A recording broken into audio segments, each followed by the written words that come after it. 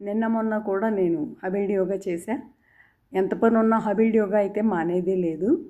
అది నిజంగా అదొక హ్యాబిట్ అయిపోయింది. హ్యాబిట్ అవడం వల్ల దాని ఉపయోగాలు కూడా బాగానే కనిపిస్తున్నాయి. దాంతోపాటు నిన్న మొన్న 4000 5000 స్టెప్స్ అయినాయి. ఇవాళ హబిల్డ్ యోగా 10,000 స్టెప్స్ అన్నీ కంప్లీట్ చేశా. ప్లస్ నేను యూఎస్ వెళ్ళే హడావిడిలో ఉండడం వల్ల వీడియోస్ కూడా కొంచెం 2 days బ్రేక్ పడింది. అయితే మీ అందరితోటి ఒక చిన్న పాయింట్ షేర్ చేసుకుందాం అనిపించింది.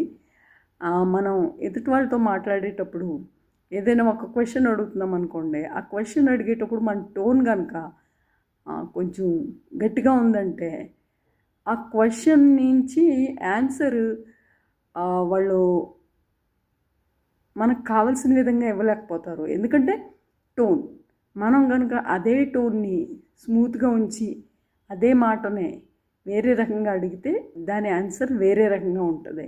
సో ఈ టోన్ చాలా ఇంపార్టెంట్. అది కొంతమందికి తెలియకుండానే ఆ టోన్ హై పిచ్లోకి వెళ్ళిపోతూ ఉంటుంది. అది ఎంతైనా రిలేషన్స్ని రప్చర్ చేస్తుంది.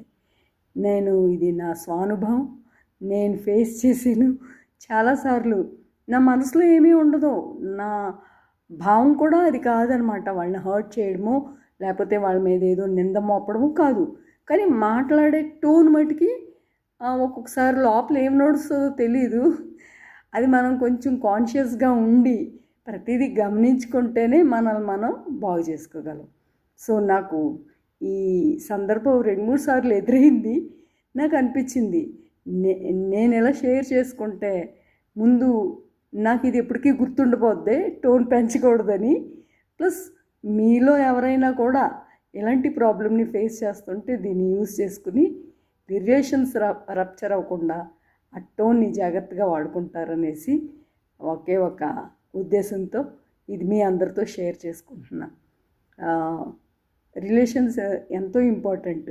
ఆ రిలేషన్స్ బాగుండాలంటే ఇలాంటి చిన్న చిన్న కిటుకులు తప్పకుండా మనం తెలుసుకుని మన లైఫ్ని మనం కాన్షియస్గా లీడ్ చేస్తే మనం ఏం మాట్లాడుతున్నాం, ఏంటి, దాని రియాక్షన్ ఎలా ఉంటుంది ఎదుటి వాళ్ళ మీద, ఇవన్నీ ఆలోచించి కనుక మాట్లాడితే అందరితో మంచి రిలేషన్స్ మెయింటైన్ చేయొచ్చు. నా ఈ వీడియో కనుక నచ్చితే లైక్ చేయండి, షేర్ చేయండి. ఇప్పటివరకు సబ్స్క్రైబ్ చేయకపోతే సబ్స్క్రైబ్ చేయండి. నోటిఫికేషన్ రావాలంటే కింద బెల్ ఐకాన్ తప్పకుండా నొక్కండి. Thank you.